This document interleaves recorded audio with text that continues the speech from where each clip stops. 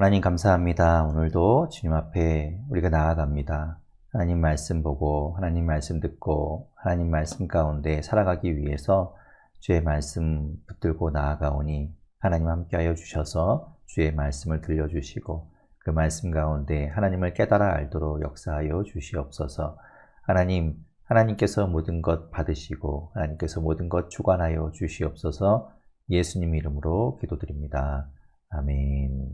먼저 40장 말씀을 같이 볼까요? 40장에 보면 우리가 보았던 39장에서 이 남유다가 멸망을 하고 이제 바벨론에 의해서 함락이 되고 시드기야는 그 보는 앞에서 아들들이 죽고 두 눈이 뽑힌 상태로 바벨론으로 끌려가게 되고 그 외에도 많은 귀족들과 많은 사람들이 바벨론으로 잡혀가는 포로로 끌려가는 일들을 보게 되죠. 그리고 이 바벨론의 사령관이 그 남은 사람들에게 그 가난하고 또 힘든 그 사람들에게 땅을 나누어 주고 그들에게 돌아가게 했던 이야기들을 보았습니다.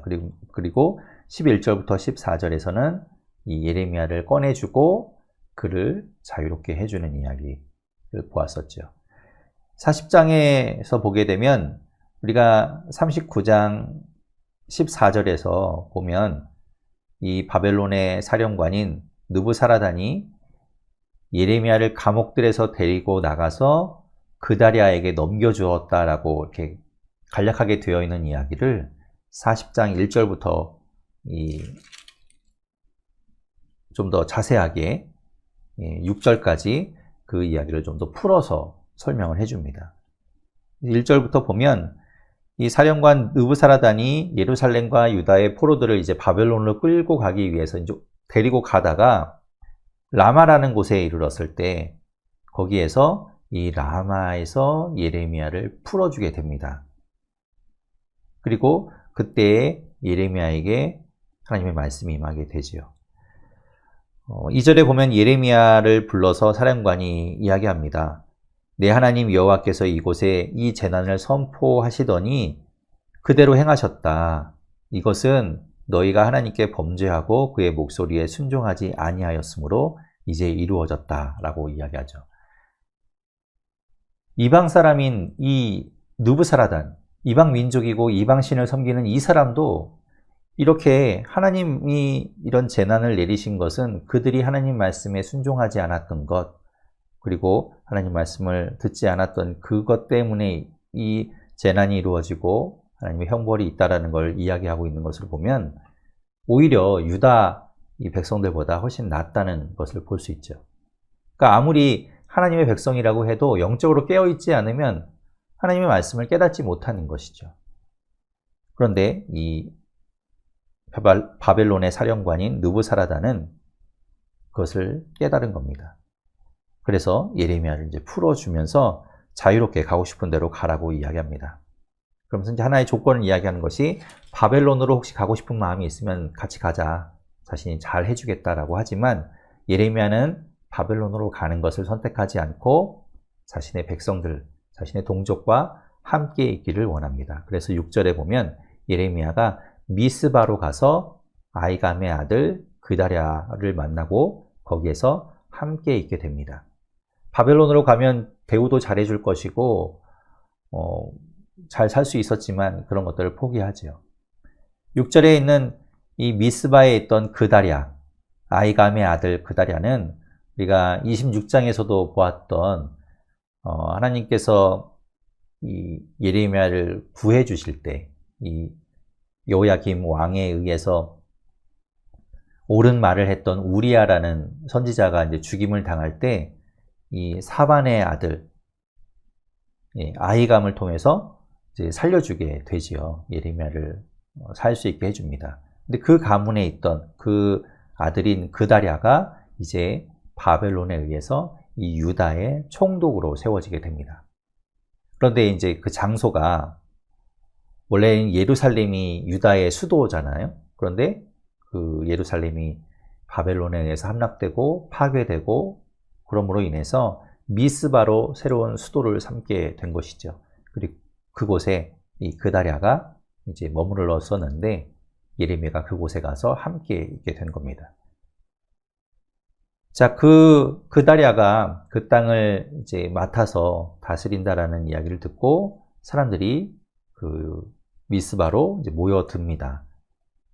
7절에 보면 들에 있는 모든 지휘관과 그 부하들이 바벨론의 왕이 아이감의 아들 그다랴에게 그 땅을 맡기고 잡혀가지 않은 사람들, 남아있는 사람들을 위임했다는 말을 듣고 다 이제 그리로 모여요. 8절에 보면 이제 모인 사람들의 이름들이 나오고 8절 끝에 보면 그들이 미스바로 가서 그다랴에게 이르렀다라고 이야기하죠. 9절에 그 모인 사람들에게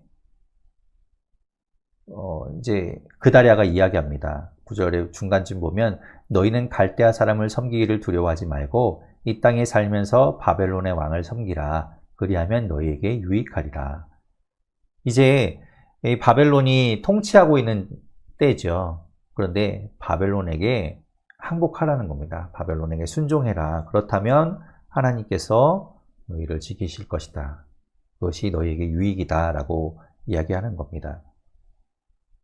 자, 그 미스바, 그다랴가 있던 그 미스바에 사람들이 모여들게 되죠. 12절에도 말합니다. 모든 유다 사람이 쫓겨났던 각처에서 돌아와 유다 땅 미스바에 사는 그다랴에게 이르러. 자, 그렇게 모인 사람들 가운데 어떤 사람들이 있었는가 하면 13절에 보면 가레아의 아들 요하난이라는 사람이 있었고 그 사람이 8절에 나왔던 사람이죠. 그 사람이 와서 그다랴에게 이야기합니다.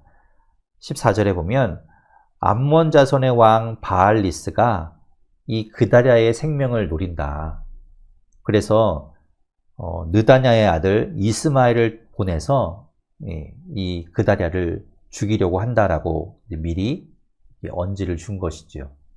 그런데 14절 끝에 있는 것처럼 아이감의 아들 그다랴가 그 이야기를 믿지 않습니다. 아마도 이 그다랴의 입장에서는 뭐 여러 가지 이유가 될 수 있었겠지만 이 요하난이 혹시라도 이 모함을 해서 이 이스마엘을 제거하고 어떤 자신의 실권을 장악하기 위한 그런 일들을 함으로 인해서 이제 아주 혼란스러운 이 유다가 더 혼란에 빠지는 것을 원치 않았던 그다랴는 그의 말을 듣지 않았던 것일 수도 있지요. 자, 그래서 이제 그다랴는 그의 말을 듣지 않았는데 실제로 이 이스마엘이 이제 이를 저지르게 되지요. 15절에 보면 이 요하난이 내가 이스마엘을 죽이겠다라고 말하지만 그것을 이제 허락하지 않습니다. 16절에 보면 중간에 말합니다. 내가 이 일을 행하지 말 것이니라. 내가 이스마엘에 대하여 한 말은 진정이 아니니라. 이 그다랴 입장에서는 이 요하난의 이야기가 그렇게 합리적으로 들리지 않았던 것이겠죠. 네, 그래서 그 이야기를 거부했던 것을 볼 수 있습니다. 41장 1절에 보면 일곱째 달에 왕의 종친 엘리사마의 손자요 느다냐의 아들로서 왕의 장관인 이스마엘이 이렇게 설명하고 있죠. 이스마엘에 대해서. 40장에서는 그냥 이스마엘에 대해서 느다냐의 아들 이스마엘이라고만 했는데 41장 1절에서는 그가 누군가를 밝혀주고 있습니다. 왕의 종친의 손자죠. 그러니까 왕족 출신인 겁니다. 그러니까 이스마엘이 왜 이 그다랴를 죽였는지를 짐작해 볼 수 있죠. 물론 이 암몬 족속이 이 그다랴를 죽임으로 인해서 이 남유다를 좀 어떻게 해보려고 그러기 위한 기회를 노리기 위해서 이 이스마엘을 충동한 것이 있고 또 이스마엘 또한 왕족의 입장에서 이 다윗 가문이 아닌 사람이 이 사람이 이 어떤 왕의 직책을 맡고 있는 이 총독의 역할을 한다는 것이 탐탁치 않았겠죠. 그래서 이 두 가지가 서로 맞아서 이스마엘이 이 그다랴를 죽이기로 한 겁니다. 1절 중간에 보면 이스마엘이 10사람을 데리고 갑니다. 10사람을 데리고 가서 이 아히감의 아들 그다랴에게 이르러서 미스바에서 함께 이제 식사를 하게 되지요. 그러니까 그 정도로 이 이스마엘이 이제 왕족이라는 것이 이제 드러나는 겁니다. 그렇기 때문에 그다랴도 이제 그를 맞이해서 같이 식사를 하는 자리를 마련한 것이죠. 자, 그렇게 이제 식사를 하고 있던 중에 2절에 보면 이스마엘이 그다랴를 칼로 죽이게 되죠. 그리고 함께 있던 사람들, 그리고 그곳에 있던 갈대아 군사들을 죽이게 됩니다. 큰일이 일어난 것이죠. 근데 얼마나 그때 좀 이렇게 그래도 그다랴가 사람들과 잘 지내고 있었고 좀 이렇게 혼란한, 그러니까 남유다가 거의 멸망한 거죠. 멸망한 그때에도 얼마나 이렇게 좀 잘 하고 있었는지 4절에 보면 그다랴가 죽은 지 이틀이 되었는데도 그것을 아는 사람이 없었다. 그러니까 다들 이제 자기 일을 하기 이제 바빠서 이제 열심히 자기가 맡은 일들을 잘 하고 있었던 것이겠죠. 근데 그런 와중에 5절에 보면 사람 80명의 사람이 자기 수염을 깎고 옷을 찢고 몸에 상처를 내고 손에 소재물과 유향을 가지고 여러 곳 세겜과 실로와 사마리아로부터 와서 여호와의 성전 예루살렘에 있는 그 성전으로 나아간 겁니다. 물론 바벨론에 의해서 성전은 파괴되긴 했지만 이들은 그것을 어쩌면 마음 아파했던 건지도 몰라요. 수염을 깎고 옷을 찢고 몸에 상처를 냈다라는 건 슬퍼하고 통회하고 아파하는 것을 드러내는 것이거든요. 그들이 그렇기 때문에 80명이 모여서 예루살렘 성전으로 비록 이제 무너져 내렸지만 그곳으로 가려고 했던지도 모르지요. 그런데 6절에 보면 이스마엘이 그들을 영접하러 나가서 미스바로 데리고 온 다음에 그들을 죽여버리게 됩니다. 그리고 7절 끝에 보면 구덩이에 던지게 되는데, 죽여서 사람들을 던지게 되는데, 그때 이 80명 중에 10사람, 8절에 보면 10사람은 이스마엘에게 뭐 여러 가지 것들을 주는 대가로 해서 살아나게 되죠. 9절에 보면은 그 시체를 던진 구덩이가 중간에 보면 아사왕, 이 남유다의 아사왕이 이 북이스라엘의 바하사 왕을 두려워하여 팠던 것이다 라고 기록하고 있죠. 이게 무슨 얘기인가 하면 열왕기상 15장 그리고 역대하 16장에 보면 남유다의 이 아사왕의 이야기가 나옵니다. 이 남유다의 아사왕 때 북이스라엘에는 바하사 왕이 있었는데 바하사 왕이 남유다를 쳐들어옵니다.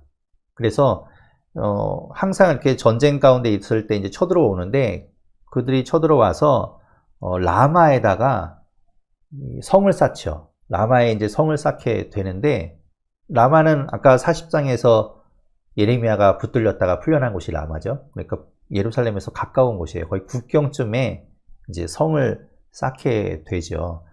그런데 이제 남유다에 있던 아사 왕이 위기 의식을 느껴서 누구에게 이제 도움을 요청하는가 하면 저 북쪽에 뒤로 돌아서 아람 왕에게 조공을 바치고 아람 왕에게 도움을 요청합니다.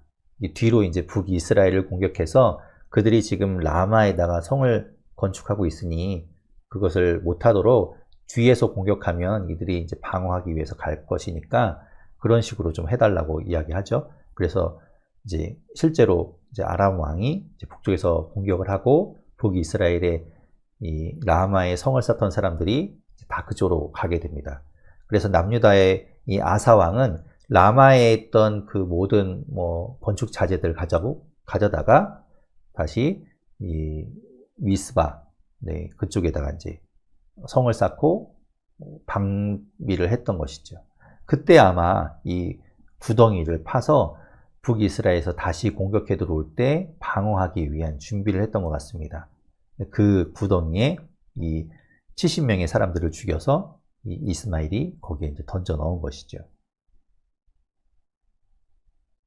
그리고 이 이스마엘은 이제 사람들을 죽인 이후에 남은 사람들을 데리고 암몬 자손에게 이제 가려고 떠납니다. 10절 끝에 보면 나오죠. 그들을 사로잡고 암몬 자손에게 가려고 떠나니라. 그때 이제 요하난 11절에 가레아의 아들 요하난과 같이 있던 사람들이 그 사실을 알고 그를 쫓아갑니다. 그래서 12절에 보면 모든 사람을 데리고 느다냐의 아들 이스마엘과 싸우러 가다가 기브온 큰 물가에서 그를 만나매 이스마엘과 함께 있던 모든 백성이 가레아의 아들 요하난과 다른 그 군인들을 보고 기뻐하며 이제 그를 쫓아가게 되고, 이 이스마엘은 황급히 피하여 암몬 자손에게 가게 되지요.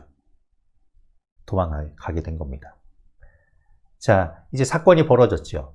이 이스마엘에 의해서 이 유다의 총독으로 세워진 그다랴, 바벨론에서 세워놓은 그다랴 총독이 죽은 거고요. 그리고 함께 거기에 주둔해 있던 갈대아 군사들도 죽었지요. 그러니까 바벨론의 입장에서 보면 반역이 일어난 것과 마찬가지죠. 그래서 어떻게 하겠습니까? 바벨론에서 반드시 어떤 책임을 물으러 오지 않겠습니까? 그것 때문에 이제 이 남아있는 요하난과 남아있는 사람들이 두려운 거예요. 그래서 어디로 피하는가 하면 애굽으로 도망가려고 합니다. 17절에 말하죠. 애굽으로 가려고 떠나 베들레헴 근처에는 게롯 기맘에 이르렀으니 이제 애굽으로 도망가려고 하는 겁니다. 18절에 말합니다. 바벨론의 왕이 그 땅을 위임한 아히감의 아들 그다랴를 죽였으므로 그들이 갈대아 사람을 두려워함이었더라. 물론 이스마엘이 죽였죠. 이스마엘이 죽이고 그는 암몬 족속에게로 도망갔지만 그래도 남아있는 자기들에게 이제 피해가 올 거라고 예상한 사람들이 애굽으로, 이집트로 도망가려고 하는 겁니다. 그것이 이제 41장의 이야기죠. 지금 상황이 아주 긴박하게 돌아가고 있다는 걸 알 수 있습니다. 그다랴가 죽음으로 인해서 지금 바벨론의 어떤 보복을 두려워한 나머지 애굽으로 사람들이 막 가고 있는 상황인 것이죠. 출애굽한 이스라엘 백성들이 위기의 상황이 오니까 또 다시 애굽으로 돌아가는 모습을 봅니다. 그러니까 그들에게는 애굽이 그들이 돌아갈 곳이라고 생각했던 모양이에요. 여러 가지 어려움을 만날 때마다 그들은 이 애굽으로 돌아가려고 합니다. 우리 신앙에서도 마찬가지인 것 같아요. 우리가 옛 습관이라는 것이 있고 옛날에 우리가 하던 것들을 예수 그리스도를 믿고 새로워졌음에도 불구하고 조금만 불안하거나 그러면 다시 돌아가려고 하죠. 다시 옛날로 돌아가려고 하고 익숙했던 그것으로만 자꾸 우리가 회귀하려고 하는 그런 성향을 가지고 있는 것과 좀 비슷해요. 그들이 또 다시 애굽으로, 하나님은 분명히 애굽으로 가지 말라고 했는데 또 가는 겁니다. 자, 42장을 보죠. 42장에서 1절에 보면 이에 모든 군대의 지휘관과 가레아의 아들 요하난과 호사야의 아들 여사냐와 백성의 낮은 자부터 높은 자까지 다 나와서 예레미야에게 기도를 요청합니다. 2절에 말하죠.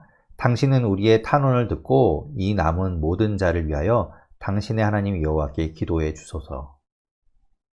이제 기도해 달라는 거예요. 이제 41장 끝에 보면 사실 애굽으로 가기로 이미 경로를 다 정해 놓고서 이제 하나님 앞에 기도해 달라고 이야기합니다.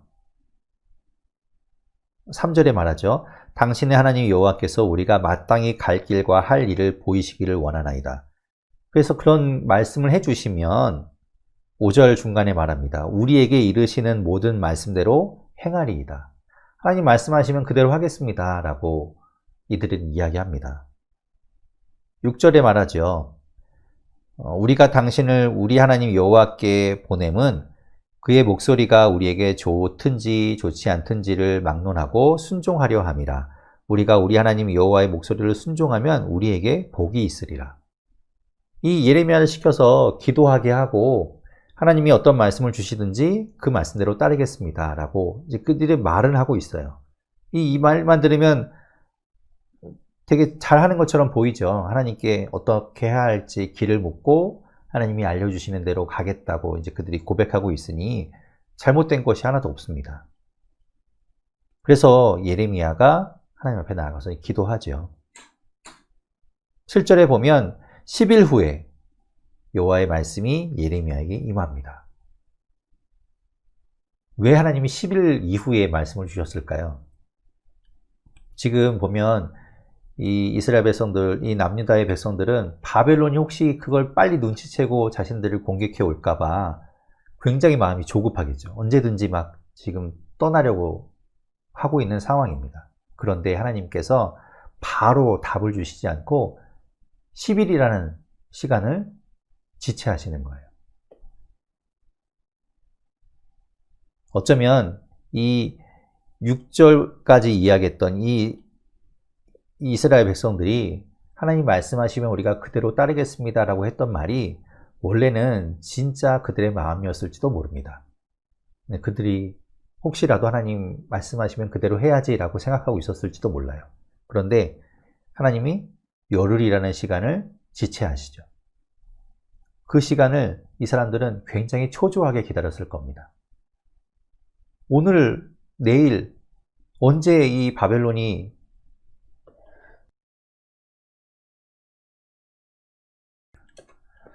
쳐들어올지 모르는 상황에서 처음에는 마음이 하나님 말씀하신 대로 하겠습니다라고 했지만 그들의 마음이 조급함에 의해서 변했을 수도 있어요. 우리가 이 다윗 왕이 세워지기 전에 사울 왕이 초대 왕으로 세워져 있을 때 사무엘 선지자가 빨리 와서 제사를 드리고 전쟁을 치러야 되는데 오지 않으니까 사울 왕이 조급해 하거든요. 조급해 하다가 악수를 두게 되죠. 자신이 직접 제사를 집례하게 됩니다. 그것 때문에 하나님께 이제 징계를 받게 된 것을 보았듯이 어쩌면 이 이스라엘 백성들도 같은 상황에 있는 것이죠. 좀 위험하고 위태로운 상황 가운데 하나님이 빨리 응답을 주시지 않으니까 이들의 마음이 이제 조급해지고 변하기 시작하는 걸 수도 있습니다. 어쨌든 7절에 보면 이 10일 후에 하나님께서 예레미야에게 드디어 답을 주시죠. 근데 그 답이라는 것이 사실은 계속해서 하나님께서 말씀하셨던 내용이지 뭐 별다른 내용이 없습니다. 10절에 말하죠. 너희가 이 땅에 눌러 앉아 산다면 도망가지 말고 여기에 그냥 있어 산다면 내가 너희를 세우고 헐지 아니하며 너희를 심고 뽑지 아니하리니 이는 내가 너희에게 내린 재난에 대하여 뜻을 돌이킴이라. 어디 가지 말라는 거예요. 거기 있으라는 겁니다. 11절에도 말씀하시죠. 너희는 너희가 두려워하는 바벨론의 왕을 겁내지 말라. 내가 너희와 함께 있어 너희를 구원하며 그의 손에서 너희를 건지리니 두려워하지 말라. 겁내지 마. 내가 너희와 함께 있을 거야. 바벨론이 뭐 어떻게 한다고 해도 내가 너희를 지킬 거니까 걱정하지 마. 도망갈 생각하지 마. 내가 너희와 함께 있을게. 라고 이야기하시는데 그들이 듣지 않죠. 14절에 말합니다. 그들의 생각은 이거예요. 우리는 전쟁도 보지 아니하며 나팔 소리도 들리지 아니하며 양식의 궁핍도 당하지 아니하는 애굽 땅으로 들어가서 살리라. 지금 이 이스라엘과 이 중동 지역에서는 계속해서 바벨론에 의해서 전쟁이 일어나고 그리고 막 그 전쟁으로 인해서 기근이 있고 그것 때문에 힘들어하고 있는데 애굽은 멀리 떨어져 있으니까 그곳은 안전할 것이다 라고 그들은 생각한 것이죠. 그래서 애굽으로 가려고 하는 겁니다. 그런데 하나님 14절 끝에 말하죠. 잘못된 결정이고 그렇게 되면 잘못될 것이다 라고 말씀하고 있습니다. 16절에 보면 너희가 두려워하는 칼이, 이 칼이라는 건 전쟁이죠. 그 전쟁이 애굽 땅으로 따라가서 너희에게 미칠 것이요 너희가 두려워하는 기근이 애굽으로 급히 따라가서 너희에게 임하리니 너희가 어디를 가든지 죽임을 당하게 될 것이다. 피하여 애굽으로 간다고 할지라도 그곳에 똑같은 일을 당하게 될 것이다 라고 하나님 말씀하고 있어요. 17절에 말씀합니다.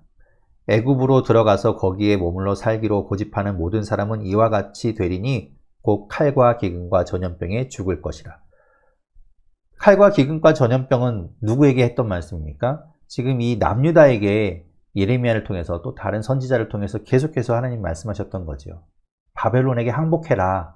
그렇지 않으면 너에게 칼과 기근과 전염병이 있을 것이고 너희는 죽을 것이다 라고 하나님 말씀하셨는데 이제 그것들을 피해서 애굽으로 도망가는 이들에게도 하나님 동일한 이야기를 하시는 거예요. 너희가 하나님 말씀하시는 그 말씀을 따르지 않고 바벨론을 피해서 애굽으로 도망간다고 거기가 안전할 것 같으냐? 거기에도 하나님이 분명히 칼과 기근과 전염병을 보내신다라고 말씀하시죠. 장소가 중요하지 않아요.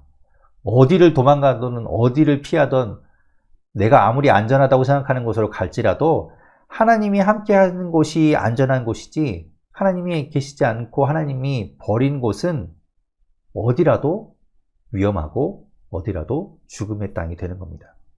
하나님이 함께 하셔야 된다는 거죠. 11절에 있는 것처럼 하나님이 내가 너희와 함께 있겠다라고 말씀하시면 적진 가운데 있어도 그들은 안전한 겁니다. 그것이 하나님의 말씀이었죠. 19절부터는 이제 예레미야도 그들에게 개인적으로 이야기합니다. 유다의 남은 자들아, 너희를 두고 하신 말씀에 너희는 애굽으로 가지 말라고 하시지 않느냐. 그러니 너희는 그 말씀을 따라라 라고 이야기하는 겁니다. 그런데 20절 가운데 중간부터 뒷부분까지 이 예레미야가 이들을 보니까 이런 거예요. 우리 하나님 여호와께서 말씀하신 대로 우리에게 전하라. 우리가 그대로 행하리라. 너희가 그렇게 말했지만 너희 마음을 속였느니라. 21절 끝에 말하죠. 너희 하나님 여호와의 목소리를 도무지 순종하지 아니하는구나. 너희가. 그러므로 너희가 애굽으로 도망갔다고 하더라도 거기에서 분명히 너희는 죽게 될 것이다 라고 예레미야도 이야기하고 있습니다. 자, 이들은 어떻게 해야 될까요? 하나님께 도움을 요청하고 기도를 요청하고 하나님 말씀하시면 그대로 하겠습니다 라고 했는데, 하나님 말씀은 머무르라는 거죠. 떠나지 말라는 겁니다. 내가 너희와 함께 있을 것이니 그곳에 있으라고 했는데 그들은 그 말씀을 듣지 않습니다. 43장에서는 이제 그들이 여호와 하나님께서 말씀하신 예레미야를 통해서 주신 그 말씀, 떠나지 말고 그곳에 있으라고, 내가 너희와 함께 하겠다고 하신 그 말씀을 듣지 않고 결국에는 애굽으로 내려가게 됩니다. 2절에 그 이야기를 들은 사람들이 이렇게 말하죠. 호사야의 아들 아사랴와 가레아의 아들 요하난과 모든 오만한 자가, 여기서 오만한 자라고 하나님께서 이야기하세요. 그들의 마음이 이미 굳어져서 듣지 않으려고 하는 겁니다. 하나님 말씀을 들으려고 하지 않는 것이죠. 그래서 하나님께서 오만한 자라고 말씀하십니다. 그들이 예레미야에게 말합니다. 내가 거짓을 말하고 있다. 이들이 듣고 싶은 이야기, 애굽으로 가도 좋다라는 이야기가 아니라 하나님의 말씀은 변함없이 계속 머무르라고, 바벨론에게 순종하라고 하시니 그들은 그것을 거짓이라고 이야기하는 겁니다. 2절 끝에 보면 애굽에서 살려고 그리로 가지 말라고 너를 보내어 말하게 하지 아니하셨느니라. 자기들이 예레미야에게 하나님께 답을 얻어달라고 이야기해놓고 이야기했더니 자기네들이 원하는 답을 이야기하는 겁니다. 이미 답은 정해져 있는 거죠. 답정너입니다. 자, 그런 상태로 예레미야의 말을 듣지 않으려고 하는 것이죠. 예레미야가 거짓 선지자인가요? 예레미야야말로 참 선지자죠. 우리가 예레미야 28장 9절 말씀에 이런 말씀이 있었습니다. 예레미야 28장 9절에 보면 평화를 예언하는 선지자는 그 예언자의 말이 응한 후에야 그가 진실로 여호와께서 보내신 선지자로 인정받게 되리라. 무슨 말인가 하면 선지자는 결국 그 말이, 그의 그 예언이 하나님께서 말씀하신 것들이 진짜 이루어지는지 안 이루어지는지는 시간이 지난 다음에 그 말씀이 응한 후에 알 수 있다는 거죠. 신명기 18장 22절에 말씀하고 있는 것처럼 선지자가 있어서 여호와의 이름으로 말한 일에 증언도 없고 성취함도 없으면 이는 여호와께서 말씀하신 것이 아니고 선지자가 제 마음대로 한 말이다. 이게 거짓 선지자라고 이야기하는 것이죠. 그런데 예레미야를 보십시오. 예레미야의 말이 이루어졌나요? 안 이루어졌나요? 그 전에 하나냐라는 선지자도 그렇고 여러 선지자들이 괜찮을 거야. 바벨론이 아무리 뭐 쳐들어온다고 해도 평화로울 거야. 괜찮을 거야. 평강이 있을 거야 라고 백성들에게 안심을 시켰고 결국 그들은 금방 돌아가게 될 것이다 라고 이야기했었죠. 하지만 어떻게 됐습니까? 바벨론에 의해서 이들은 함락이 되고 그 왕들은 다 잡혀가고 다 흩어져 버리지 않았습니까? 결국에 예레미야의 말이 이루어졌죠. 그렇다면 참 선지자는 예레미야입니다. 그런데 이들이 자신이 듣고 싶은 이야기만 들으려고 하니까 그 참 예언자인, 참 선지자인 예레미야의 말을 거짓이라고 이야기하는 겁니다. 우리가 보았던 그 시드기야나 여호야김 왕처럼 똑같은 짓을 하고 있는 거예요. 자기가 듣고 싶은 이야기만 하라고 하는 겁니다. 결국 뭐 뻔한 일이죠. 그래서 4절에 보면 요하난과 그 군지휘관과 모든 백성이 여호와의 목소리를 순종하지 아니하고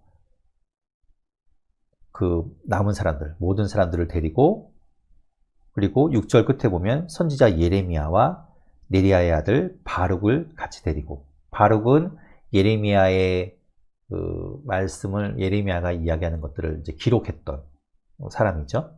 이 사람과 같이 이제 유다를 떠나서 애굽으로 가게 되는 겁니다. 7절에 보면 애굽 땅에 들어가서 다바네스에 이르렀으니 그들이 여호와의 목소리를 순종하지 아니하미로라. 이 요하난과 이 군 지휘관들이 막 사람들 강제로 끌고 간 거예요. 예레미야도 그렇고 이 바룩도 그렇고 그곳에 남아 있으려고 했고 하나님 말씀이 그랬으니까. 그런데 강제로 다 끌고 지금 애굽으로 내려가는 겁니다. 자, 여기 보시면 다바네스라는 곳이 어디냐면요.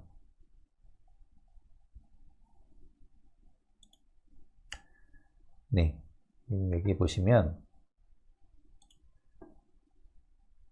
자, 여기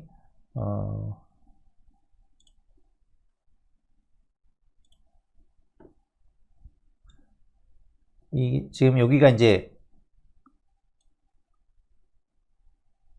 이집트죠. 여기가 이집트입니다. 이집트고 요 파란 부분이 홍해고 여기가 이제 유다가 되겠죠.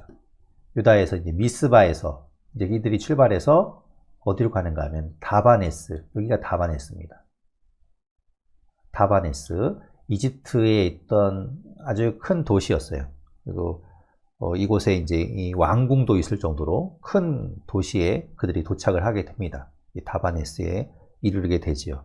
그때 하나님의 말씀이 이제 예레미야에게 임하게 됩니다. 그래서 하나님께서 주신 말씀은 무엇인가 하면 9절에 보면 너는 유다 사람의 눈 앞에서 내 손으로 큰 돌 여러 개를 가져다가 이 다바네스에 있는 바로의 궁전 대문의 벽돌로 쌓은 축대에 갖다 놓고 진흙으로 그것을 잘 감추어두라고 말씀하세요. 이거 우리가 예레미야에서 많이 보았던 뭡니까? 상징 행위죠. 하나님이 어떤 행위를 통해서 그들에게 보여주시는 거예요. 그래서 9절에 보면 유다 사람들이 보는 앞에서 이 예레미야가 돌을 가져다가 이 궁전 대문에다가 갖다 놓고 그리고 거기에 이제 진흙을 발라서 이제 숨겨 놓습니다. 감추어 둡니다. 그것이 지금 이 다바네스에서 하나님께서 주신 말씀이고 예레미야가 행한 행동입니다. 자, 그것이 무슨 의미를 갖고 있는가? 10절에 보면 말씀하시죠.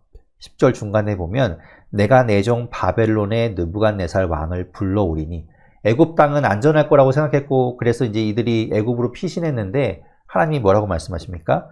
느부갓네살 왕, 이 남유다를 멸망시킨 느부갓네살 왕을 불러서 내가 그곳에 이르게 하겠다라고 말씀하시는 거예요. 아까 42장에서 말씀하신 것처럼 칼이 그곳에 오게 되는 겁니다. 계속 말씀합니다. 그가 그의 왕자를 내가 감추게 한 이 돌들 위에 놓고 또 그 화려한 큰 장막을 그 위에 치리라. 안전하지 않다는 거죠. 결국 바벨론에 의해서 지금 이 애굽도 침략을 당하게 될 거라는 거예요. 11절에 말합니다. 그가 와서 애굽 땅을 치고 죽일 자는 죽이고 사로잡을 자는 사로잡고 칼로 칠 자는 칼로 칠 것이라. 그리고 결국에 신당들을 다 불사르고 그리고 그들을 사로잡아 바벨론으로 가게 될 거다라고 이야기하죠. 남유다에서 벌어졌던 일, 예루살렘에서 벌어졌던 일과 똑같은 일이 애굽에서 벌어지는 겁니다. 그러니까 애굽이 결코 안전한 곳이 아닌 것이죠. 13절에 또 하나님 말씀하십니다. 애굽 땅 베세메스의 석상들을 깨뜨리고 애굽 신들의 신당들을 불사리리라. 베세메스는 또 어딘가 하면요. 자, 여기 지금 있는 곳이 이제 다바네스라는 곳이었는데 베세메스는 그 밑으로 더 내려와서 여기입니다. 온이라고도 불리고 헬리오폴리스라고도 불리는 곳이 이제 베세메스죠. 여기에 이제 베세메스에 이제 큰 신당들이 있었는데 그 신당들에 있는 그들의 뭐 석상이니 뭐니 그런 것들 하나님께서 다 이 느부갓네살을 통해서 다 무너뜨리고 불사르게 하겠다라고 말씀하고 있죠. 그들의 신을 하나님께서 다 무너뜨려 버리시는 겁니다. 마찬가지로 하나님이 말씀하신 곳을 지키지 않고 떠나면 아무리 그들이 볼 때 안전하게 보였던 애굽도 결국엔 똑같은 곳, 망하게 되는 곳이 된다라는 말씀이었습니다. 하나님 감사합니다. 오늘 말씀을 통해서 남유다가 멸망한 가운데서 남아있는 자들이 하나님 말씀을 또 듣지 않고 같은 잘못과 그것을 되풀이하면서 결국 자기들이 원하는 길을 가는 것을 보게 됩니다. 하나님께서는 우리의 삶 가운데 함께 하시면서 두려워하지 말라고 하나님이 함께 하신다고 말씀하시는데 우리는 자꾸만 그것을 잊어버리고 또 자기가 하고 싶은 그 답을 쫓아가고 때로는 과거로 돌아가고 우리의 옛 모습으로만 자꾸 돌아가려고 합니다. 하나님, 우리에게 믿음을 더해 주시고 하나님께서 늘 함께 하신다는 것을 날마다 깨닫게 도와주십시오. 그래서 하나님께서 말씀하시는 그 하나님의 말씀을 붙들고 한 걸음 한 걸음 주님과 함께 나아갈 수 있도록 도와주시옵소서. 하나님, 이제 오늘 비가 오고 나면 또 날씨가 추워집니다. 건강하게 지켜주시고 또 코로나 확진자가 날로 증가하고 있습니다. 하나님, 우리의 건강을 붙들어 주시고 지켜 주시옵소서. 하나님께서 속히 많은 또 약들을 개발되게 도와주셔서 그것들을 통하여 이 코로나 사태가 또 멈춰질 수 있도록 하나님께서 역사하여 주시옵소서. 모든 것 하나님께 감사드리며 예수님 이름으로 기도드립니다. 아멘.